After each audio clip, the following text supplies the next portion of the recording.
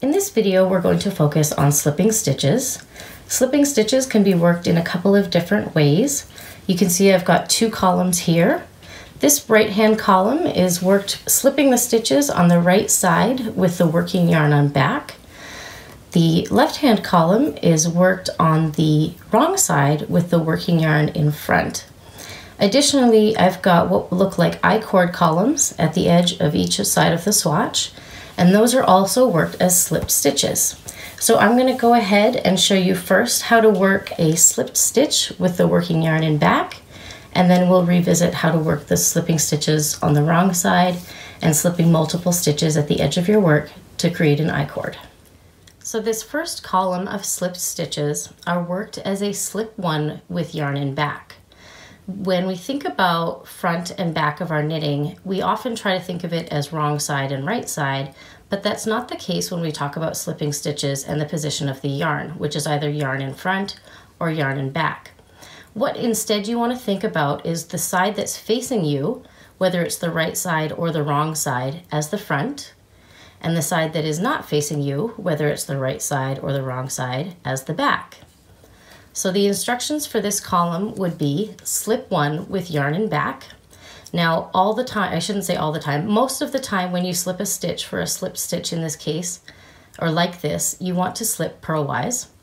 So if we're going to slip one purlwise with yarn in back, we're going to move the working yarn to the back between the needles, slip that first stitch tip to tip, and then to resume working in reverse stockinette, we're going to bring the working yarn to the front behind the stitch we just slipped in between the needles and continue in reverse stockinette, so purling across the right side.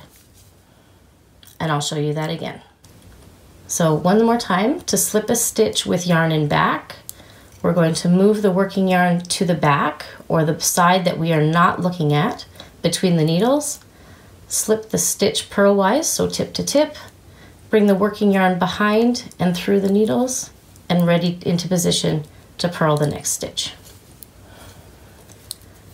Now I'm going to continue working across the front of my row and show you how to work a slip one with yarn in front on the back side of this work.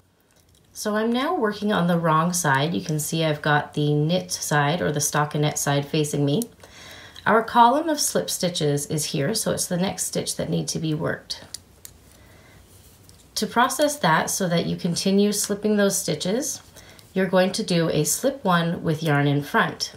Now our working yarn is in the back because we're knitting, so to work the slip one with yarn in front, we need to move our working yarn to the front as if to purl, slip that stitch purlwise, and then move this working yarn in front of the stitch we just slipped between the needles to the back and continue knitting.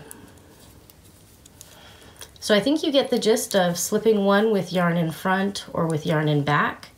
Now I'm going to show you how we work the slipping multiple stitches at the edge of a work to create an I-cord edge. So I'm going to knit to the end of this row and come back and show you how to do that. So to create an I-cord edge at either edge of your work, you can see I've got it at both sides of my work, you're generally going to see an instruction that says slip 3 with yarn in front. And this can be done whether you're on a knit side like I am now, or if you were working in purls across the front on this reverse stockinette. You're going to see slip 3 with yarn in front. So in this case, my yarn is in the back, so I'm going to need to pull it to the front between the needles. And instead of just slipping one, we're going to slip all 3 stitches purlwise. And that's going to feel a little strange because your working yarn is now 3 stitches back from the end of the row. However, when you turn, with that disparity, with your working yarn being 3 stitches back, as soon as you start knitting that first stitch, you're pulling those 2 ends together and you're creating an I-cord along the edge. So those 3 stitches now become a tube at the edge of your work that can prevent your work from rolling or give it a nice decorative finished edge. And you can do the same if you're working in reverse stockinette. When you get to the end of the row, if you're already in position to purl, your working yarn is in front, so you'll simply slip those last 3 stitches purlwise without moving your yarn. And that's it. That's how we slip stitches with yarn in front or with yarn in back or to create I-cord edges. Happy knitting!